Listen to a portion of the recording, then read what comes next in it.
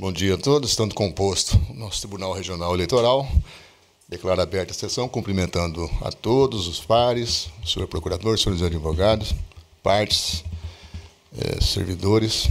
Está aberta a sessão. Declaro aprovada a ata da sessão anterior diante da ausência de manifestação em sentido contrário. Anuncio que será adiado, ou melhor dizendo, retirado de pauta, o processo 12769, é o item 2.1 da pauta física, isto a pedido do relator. Portanto, retirado de pauta o 2.1 da pauta física, processo 12769. Tem aqui um pedido de preferência, porém sem sustentação oral, da pauta do PJE. É o 1.1 PJE 0601-383, prestação de contas, candidato ao cargo de deputado estadual, eleição de 2018. A requerente é Valdeníria Dutra Ferreira. A relatoria do doutor Sebastião Monteiro da Costa Júnior, que está com a palavra. Bom dia a todos. Trata-se de processo de contas de Valdeníria Dutra Ferreira, candidata pelo PSDB ao cargo de deputado estadual nas eleições de 2018. E a Coordenadoria de Controle Interno de Auditoria destacou a necessidade da intimação da candidata para apresentar documentos e esclarecimentos. A prestadora de contas requereu dilação de prazo, o relator que me antecedeu indeferiu. Ainda assim, a prestadora de contas ofertou esclarecimentos e documentos com o objetivo de regularizar as contas apresentadas. O processo foi novamente remetido ao órgão técnico conclusivo, no qual se manifestou pela desaprovação das contas. A douta Procuradoria Regional Eleitoral opinou pela devolução dos autos para reexame técnico, ao detectar que a CCIA ignorou vários documentos juntados pela candidata. No segundo relatório conclusivo, a CCIA manteve a orientação pela reprovação das contas. O órgão ministerial ponderou pela intimação da candidata para manifestar acerca dos apontamentos da CCIA no seu segundo relatório conclusivo. Intimada a candidata, carregou documentos para os autos. Na terceira e última manifestação, a CCIA concluiu pela desaprovação das contas. O órgão do Ministério Público Eleitoral assinalou para a aprovação das contas com ressalvas. É o relatório, senhor presidente. Ratificado, senhor procurador? Ratificado, senhor presidente. Está ratificado, retorno a palavra. Senhor presidente, eu vou poupá-los da leitura integral. Vou fazer só os registros das inconsistências e das irregularidades. Mas já adianto que estou em sintonia com o parecer do Ministério Público, aprovando as contas com ressalvas. Foram 3 inconsistências detectadas pela CCA, que, no caso, foram afastadas aqui por conta das falhas de natureza formal. A intempestividade no fornecimento de informação quanto aos dados das doações de recurso financeiro arrecadado, a ausência de registro de doação de bem ou serviço estimável na prestação de contas do candidato doador. O item 4.3, realização de despesas no valor de R$ 3.500 após a concessão do CNPJ, contudo antes da abertura da conta oficial. Reconhecemos que são falhas de natureza formal, de diminuta relevância no conjunto contábil examinado, portanto, estamos afastando aqui as inconsistências detectadas. Com relação às impropriedades, foram a primeira delas, a ausência de comprovante de devolução de recursos de origem não identificada. Afasto também a referida impropriedade pelo simples fato de que não há registro ou notícia nos autos do recebimento de recursos financeiros de fontes não conhecidas.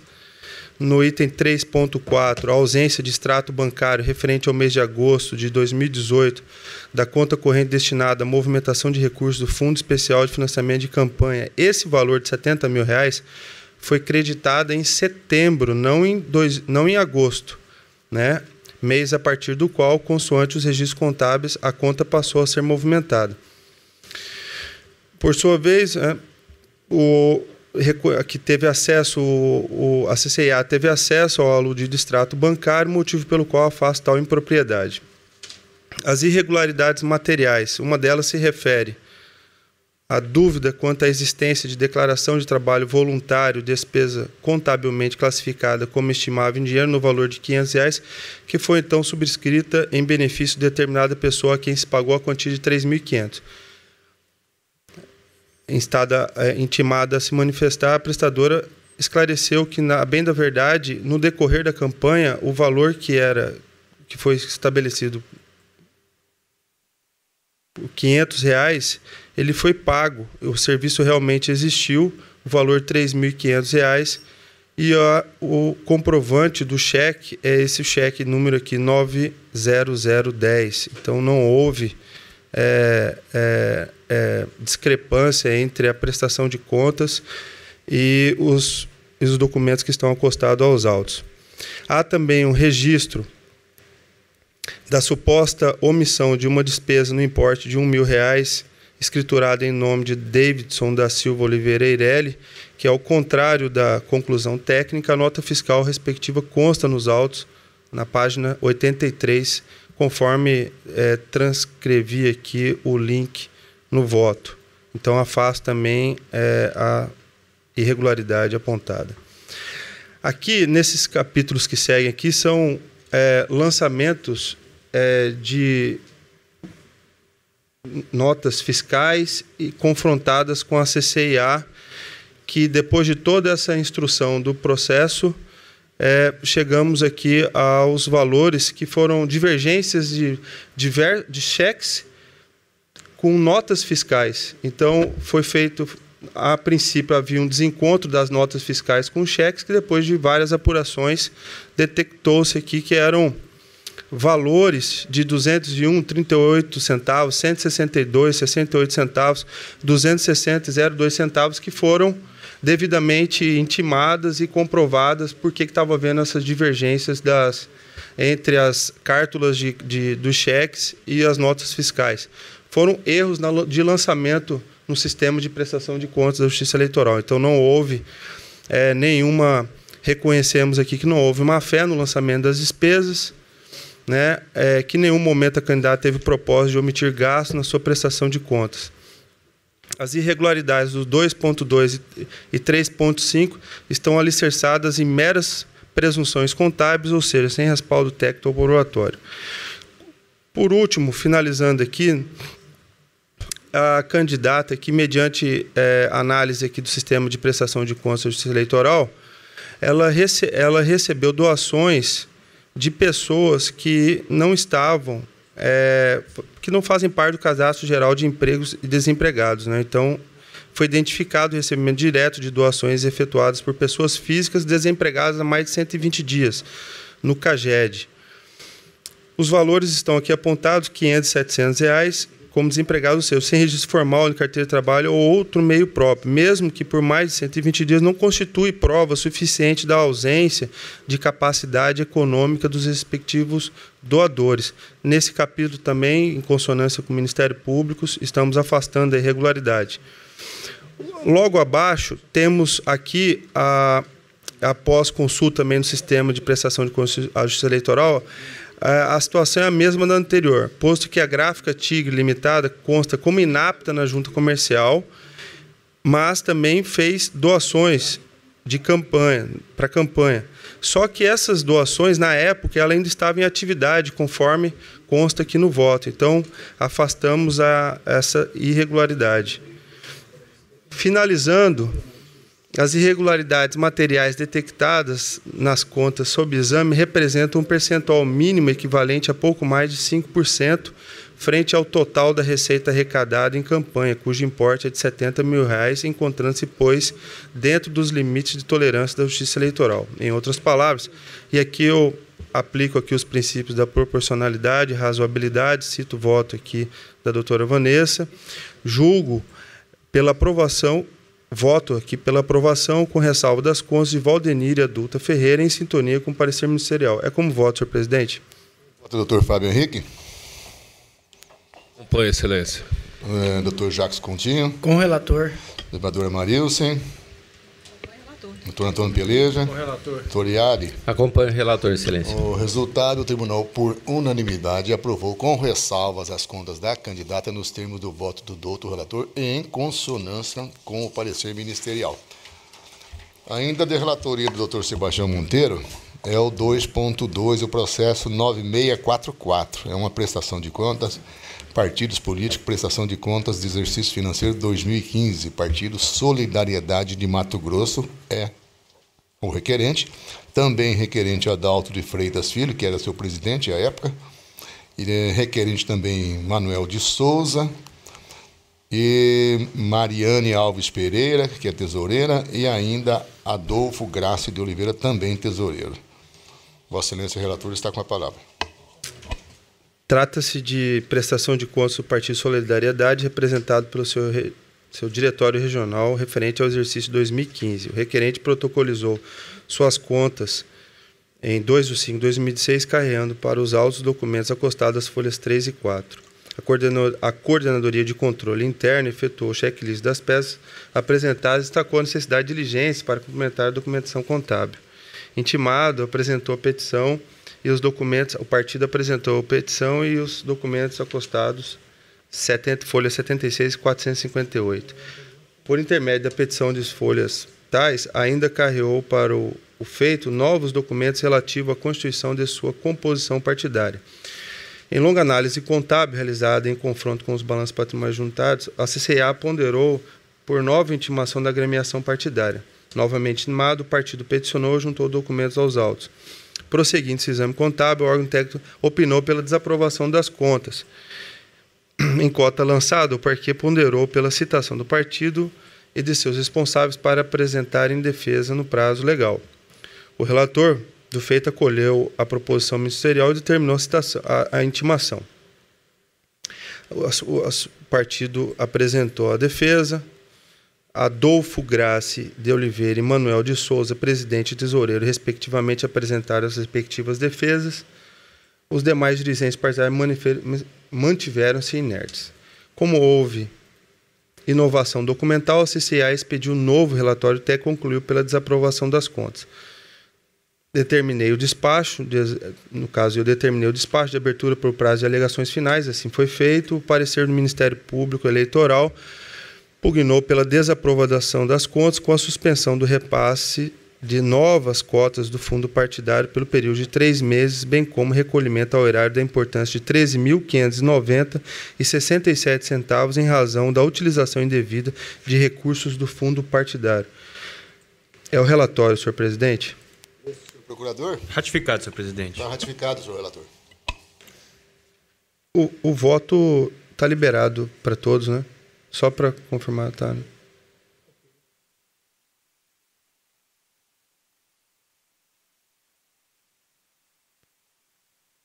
Ok. Senhor presidente, conforme relatado, eu vou abreviar aqui também, porque é uma matéria já conhecida do Pleno e estou em consonância com o Ministério Público. Estou desaprovando as contas, levando e com fundamentação nas irregularidades aqui. No caso aqui, a ocorrência e existência de diferença de recurso proveniente antes do fundo partidário, contabilizada maior pelo Diretório Nacional em relação ao repasse do Diretório Nacional. A movimentação financeira indevida na fonte e outros recursos. Aqui, só achar aqui. Aqui, a existência de diferença de R$ 400 demonstrativo de resultado de exercício demonstrativo de receitas e despesas contabilizada menor no total de despesas de outros recursos. Não aplicação do percentual de 5% no programa de promoção e difusão da participação política das mulheres. Né? O que tem outro. Informou que mesmo que as cártulas não tenham sido cruzadas, aqui, ocorrência, pagamento de despesas com cheques, não cruzados, configurando o título ao portador, colocando em dúvida a efetiva comprovação dos gastos. Então, são esses os fundamentos que me levaram a concluir e votar pela desaprovação das contas do Diretório Regional do Partido Solidariedade, tá? Diante da gravidade das impropriedades não afastadas, com suporte no artigo 48, parágrafo 1º e 2º do diploma eleitoral, aplico ao partido a pena de suspensão das cotas do fundo partidário pelo período de 3 meses, incidindo no ano seguinte ao trânsito em julgado. Determino ainda, em consonância com o parecer ministerial escrito, devolução ao Tesouro Nacional da importância de R$ 13.590,67 em virtude da utilização indevida de recursos do fundo partidário. É como voto, senhor presidente? Vota o doutor Fábio Henrique. Acompanho, excelência. Doutor Jacques Coutinho. Vereador Manilson. Antônio Peleja. Poliali. Acompanho o relator, excelência. Então, o tribunal, por unanimidade, desaprovou as contas do Partido Solidariedade de Mato Grosso referente ao exercício 2015 nos termos do voto do doutor relator em consonância com o parecer ministerial. A pauta judicial está encerrada. Nós temos duas matérias administrativas. A primeira delas é a designação de magistrado, é 1.2, o PJI 0600347. É um processo administrativo visando a designação de juiz eleitoral para a 22ª Zona Eleitoral de Sinop. Eu sou o relator e, nesse caso específico, eu vou adiantando que foram feitas as inscrições para o preenchimento dessa vaga. Os doutores Mário Augusto Machado, Gleidson de Oliveira Grisócio Barbosa, Kleber Luiz Zeferino de Paula, Jacó Sauer, Walter Tomás da Costa e Mirko Vicenzo Gianotti. De acordo com os critérios, né, da última designação, previstos na nossa resolução do TRE número 813/2016, mais especificamente no seu artigo 5º, foi identificado o doutor Mário Augusto Machado como o juiz que está há maior tempo longe da jurisdição eleitoral, desde 7 de fevereiro de 2015, de forma que eu estou votando aqui no sentido da designação do doutor Mário Augusto Machado para o cargo de juiz eleitoral da 22ª Zona Eleitoral de Sinop. Algum voto em sentido contrário, eminentes pares? Então fica designado o doutor Mário Augusto Machado para a jurisdição eleitoral da 22ª Zona Eleitoral. Eu passo aqui, o 1.3 é o PJI 0600273. Eu vou passar a presidência ao doutor Antônio Velioso Peleja Júnior, na condição de decano, para a condução dos trabalhos, em razão do meu impedimento. Processo 1.3 da pauta, PJI 0600-27351, processo administrativo, assunto recurso administrativo, indeferimento de pedido de reconsideração, juiz eleitoral, período de suspensão de contagem de biênio, usufruto de licença maternidade, 51ª Zona Eleitoral, Cuiabá. Requerente, Gabriela Carina de Albuquerque Silva. Recorrido, presidente do Tribunal Regional Eleitoral de Mato Grosso. A relatora, desembargadora Marilsen Andrade Haddad, está com a palavra. Obrigada. Trata-se de recurso administrativo interposto pela doutora Gabriela Carina Canu de Albuquerque Silva, meritíssima juíza eleitoral da 51ª Zona Eleitoral, manifestando sua inconformidade com a respeitável decisão presidencial que negou seu pedido de suspensão do biênio para desempenho das funções de juiz eleitoral pelo período correspondente aos 180 dias de licença maternidade. Em suas razões, aduz a recorrente que a licença maternidade tem proteção constitucional e, em especial, nas convenções internacionais, das quais o Brasil é signatário, a saber, Convenção Americana de Direitos Humanos, Pacto de São José da Costa Rica e Convenção da Criança e do Adolescente. Assevera que tais convenções devem ser respeitadas, na medida em que o exercício regular dos direitos humanos da mulher e da criança não pode representar a redução do pleno exercício profissional da mãe. Dessa forma, defende que deve ser realizado o controle de convencionalidade, isto é, a compatibilidade e o alinhamento das normas nacionais aos tratados internacionais ratificados pelo Brasil, com a aplicação das normas mais favoráveis que conferem ampla proteção à maternidade e à criança, pessoa considerada em desenvolvimento.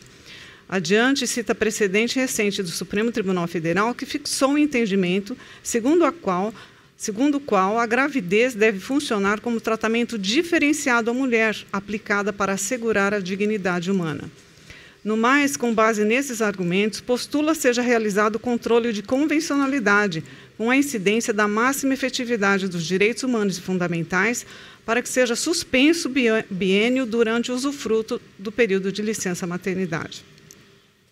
A seção de registros de membros de juízes eleitorais manifestou-se pela ausência de respaldo legal para o deferimento do pleito. Em parecer número 170 de 2019, da assessoria jurídica, esta manifestou-se pelo indeferimento do pedido formulado. Remetido ao eminente presidente, à época, desembargador Márcio Vidal, este indeferiu o pedido. Em sede de reconsideração, o presidente manteve incólume a decisão que indeferiu o pedido e remeteu os autos ao gabinete da vice-presidência para apreciação do recurso. O recurso foi autuado e distribuído. Esse é o relatório. O Ministério Público não se manifesta em sede de recurso administrativo. Está com a palavra, relatora. Para melhor compreensão dos fatos, faço uma questão, senhora relatora, por favor, não. Liberar o voto. Não está liberado? Ainda não. Acabou de liberar. Liberou? Desculpe, mas em virtude da rapidez com que coloquei na pauta, até porque foi aberto o concurso para inscrição para os próximos magistrados, para essa vaga, é que farei algumas pequenas correções mínimas em seguida. Para melhor compreensão dos fatos, faço uma rápida contextualização, trazendo ao lume registros importantes para que se tenha melhor dimensão do caso em apreço. Em 10/11 de 2017, a doutora... Desculpa.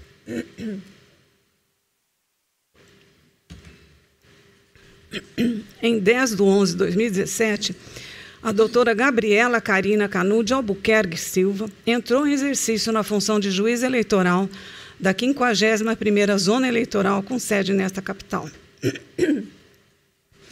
A data de encerramento de seu biênio, portanto, deveria ocorrer em 10/11 de 2019.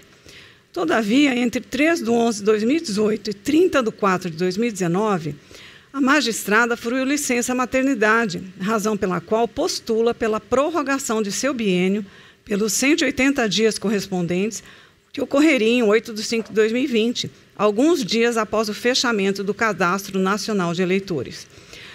Narrou a magistrada que deu à luz gêmeos, de maneira que o usufruto da licença maternidade foi imprescindível aos cuidados dos 2 bebês, que nasceram com 33 semanas de gestação, antes, portanto, do esperado pela maioria dos médicos, que indicam como parâmetros gerais que os nascimentos ocorram entre a 38ª e 41ª semanas de gestação. A magistrada fruiu, como lhe assegura a lei, sua licença maternidade, uma vez que protocolada no Tribunal de Justiça, tem efeito automático na Justiça Eleitoral, dada a vedação de exercício da jurisdição eleitoral desassociada da jurisdição estadual para os juízes de direito que atuam em primeiro grau. E, após a negativa do pleito inicial, protocolou pedido de reconsideração, que igualmente for indeferido, mantendo-se inalterada a decisão anterior, dando suporte à análise do presente recurso.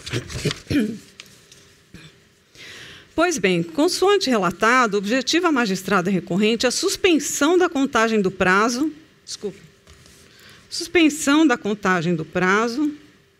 do biênio no período correspondente ao exercício da licença maternidade, datada de 3/11 de 2018 a 30/4 de 2019. Não é de se olvidar que a licença maternidade constitui direito social fundamental, consagrado no artigo 7º, inciso 58, 18 da Carta Magna, e permite, acima de tudo, a efetiva e integral proteção ao recém-nascido, possibilitando sua convivência integral com a mãe nos primeiros meses de vida, de maneira harmônica e segura. Não obstante, é ser disso que o Brasil é signatário de diversas convenções internacionais que possuem o escopo de regulamentar a proteção da criança, da família e da maternidade, as quais prevêem a necessidade de assegurar os cuidados necessários ao bem-estar de todos. A exemplo, podemos citar a Convenção de Direitos Humanos, Pacto de São José da Costa Rica e o Protocolo de São Salvador, protocolo adicional à Convenção Americana sobre Direitos Humanos e a Convenção sobre os Direitos das Crianças, aprovada em 1989. Todos eles, em razão das matérias versadas, são considerados supralegais, ou seja, encontram-se formal e hierarquicamente acima do direito ordinário e abaixo da Constituição. Essa conclusão pode ser extraída da histórica decisão do Supremo Tribunal Federal no bojo do recurso extraordinário 466343 e HC 87585, nos quais consagraram a ideia de que os tratados internacionais que tratam sobre direitos humanos não aprovados com quórum qualificado previsto no artigo 5º e 3º da Constituição Federal são supralegais.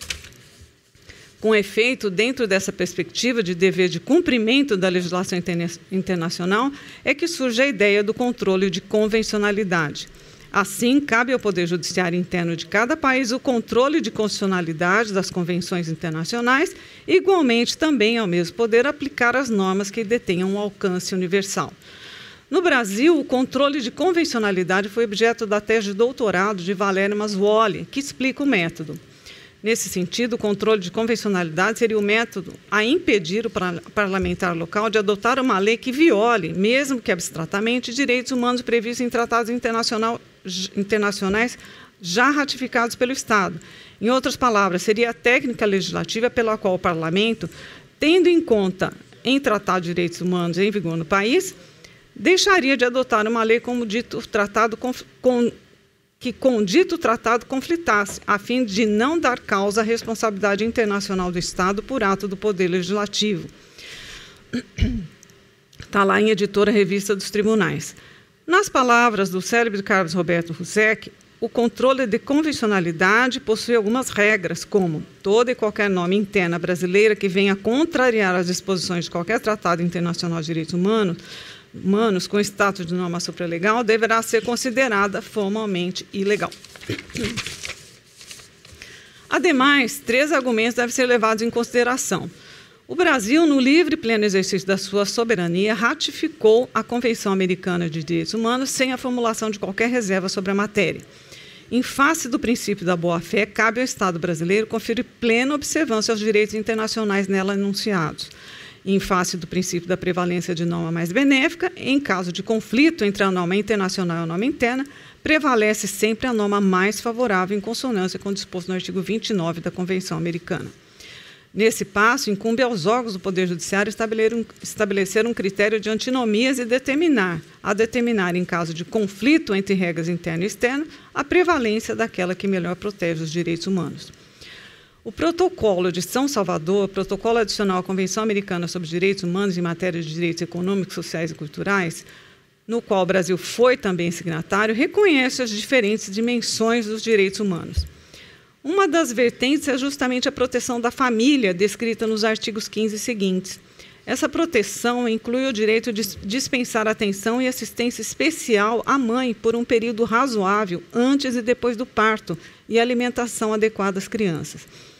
O artigo 16, mais enfático, diz que a criança tem o direito de não se separar de sua mãe em tenra idade, ao mesmo tempo em que tem o direito de crescer sob a responsabilidade de seus pais.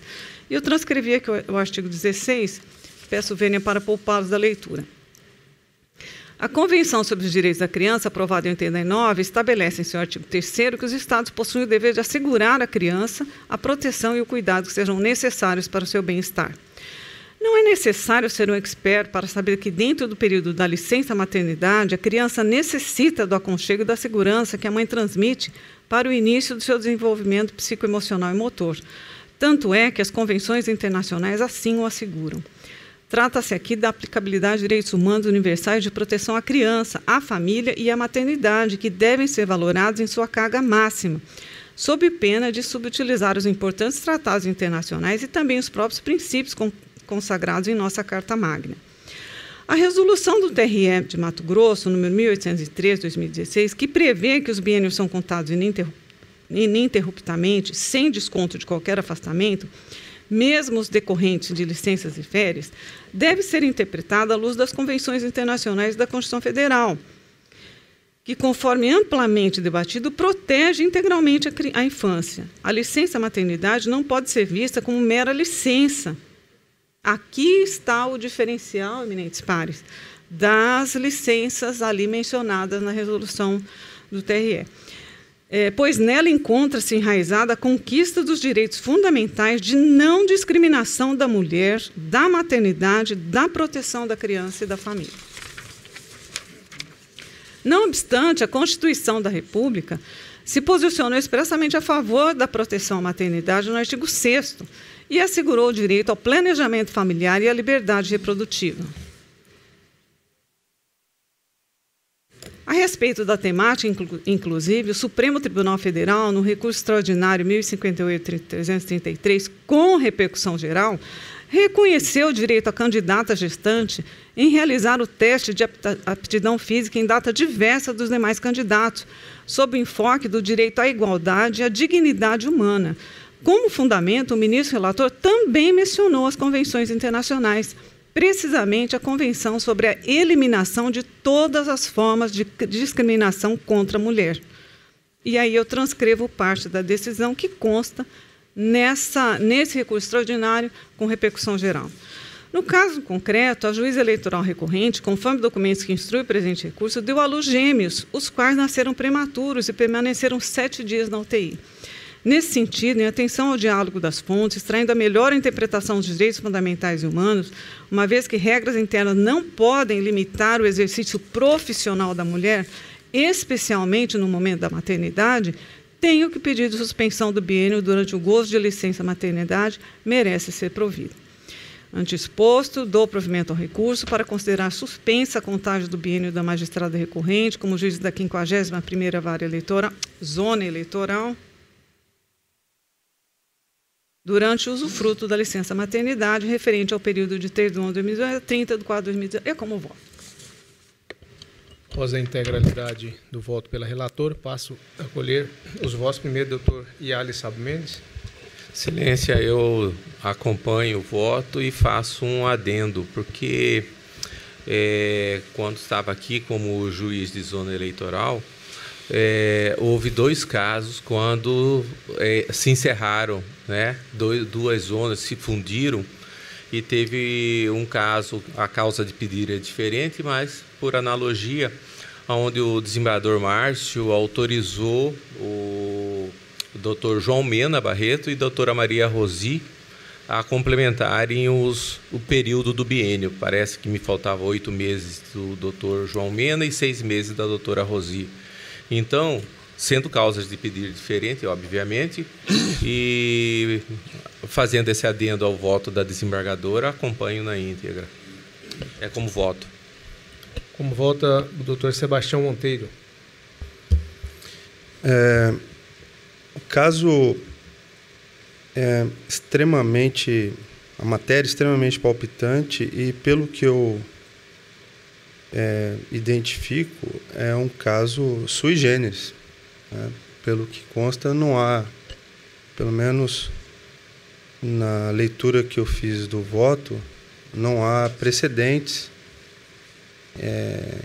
em outros TREs ou tribunais de justiça, enfim, ou TRF, no caso aqui estou falando de um precedente para a gente tomar como baliza.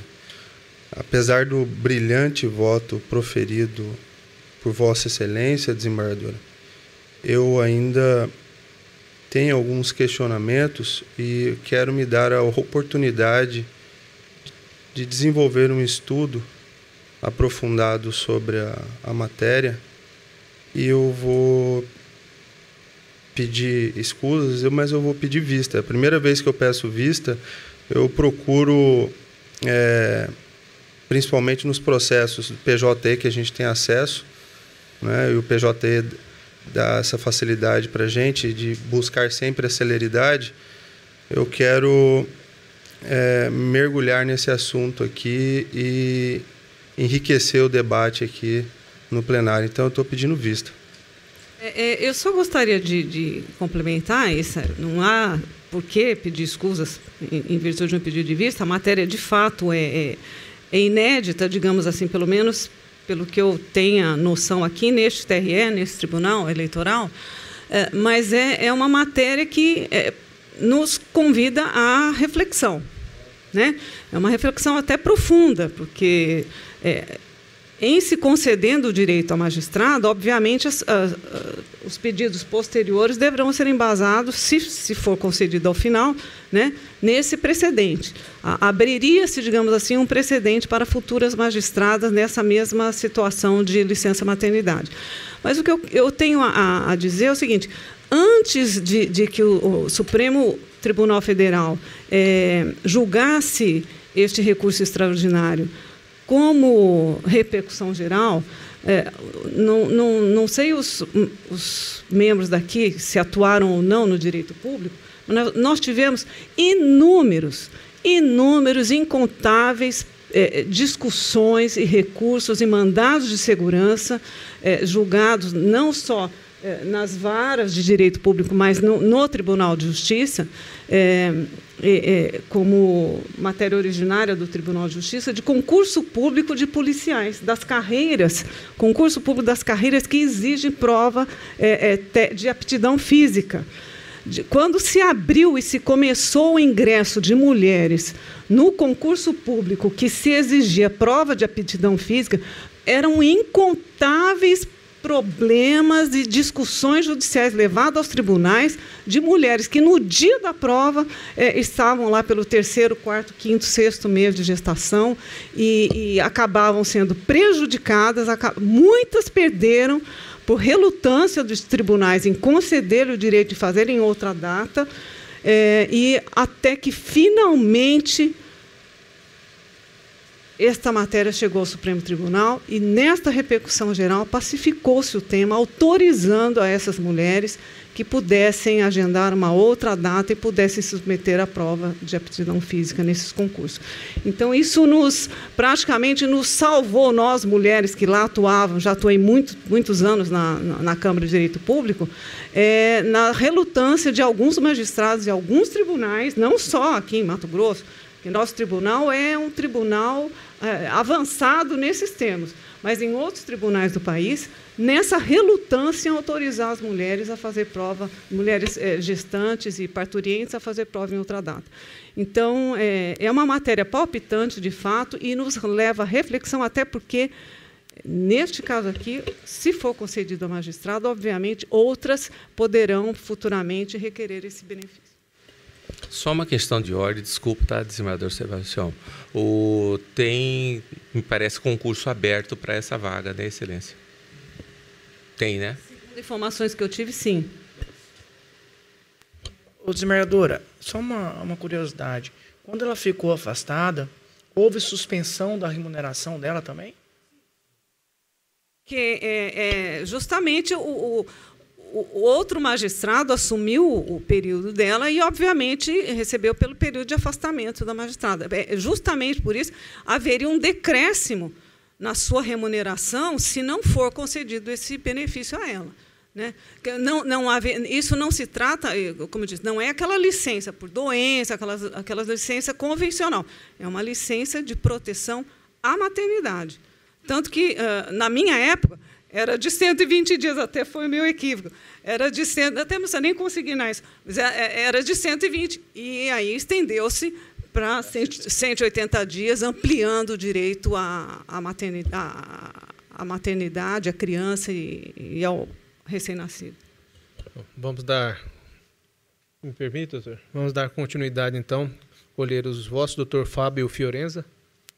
Aguardo. Vai, doutor. Presidente, eu achei excelente o voto da desembargadora, mas até em respeito ao debate, ao pedido de vista do Dr. Sebastião, que deve trazer subsídios, acrescentar subsídios a essa discussão, eu gostaria de ouvi-lo antes de proferir o meu voto e, portanto, eu vou aguardar o retorno da vista do Dr. Sebastião. Doutor Jacques Coutinho. Então, conclusão do julgamento adiado em virtude do pedido de vistas do terceiro vogal, Dr. Sebastião Monteiro. Não vota. Não. Parece que administrativo não. Então, retorno a palavra ao presidente. Beleza. Antes de encerrar, fazer mais uma vez aqui o anúncio, né? Nós temos amanhã a prestação de contas, é o curso que nós teremos, né? Já foi anunciado, reforçando a doutrinadora doutora Denise Goulart, que vai nos brindar com os seus conhecimentos, e aqui a partir das 8 horas será aqui na escola, na Casa da Democracia, né? É o tema palpitante, mais um tema palpitante, e aí fica então reforçado o convite, inclusive não só os membros, como também as assessorias, que seria muito interessante que as assessorias participassem e pudessem aí obter maiores esclarecimentos e conhecimentos sobre um tema de tão alta relevância. Então, reforço mais uma vez esse convite aos membros, a toda a nossa classe de servidores e aos assessores mais especificamente para que se façam presente. Pois não, doutor Fábio? Presidente, louvo a iniciativa do tribunal em fazer esse curso, aliás, né? São 2 dias, viu, doutor Fábio? São 2 dias, eu vi aqui que são 2 dias, e na parte da manhã e da tarde, infelizmente, eu não vou poder comparecer, mais um compromisso que eu tenho de cumprir com a Justiça Federal. Dessa vez, participarei de um seminário no Maranhão e já vou amanhã para lá.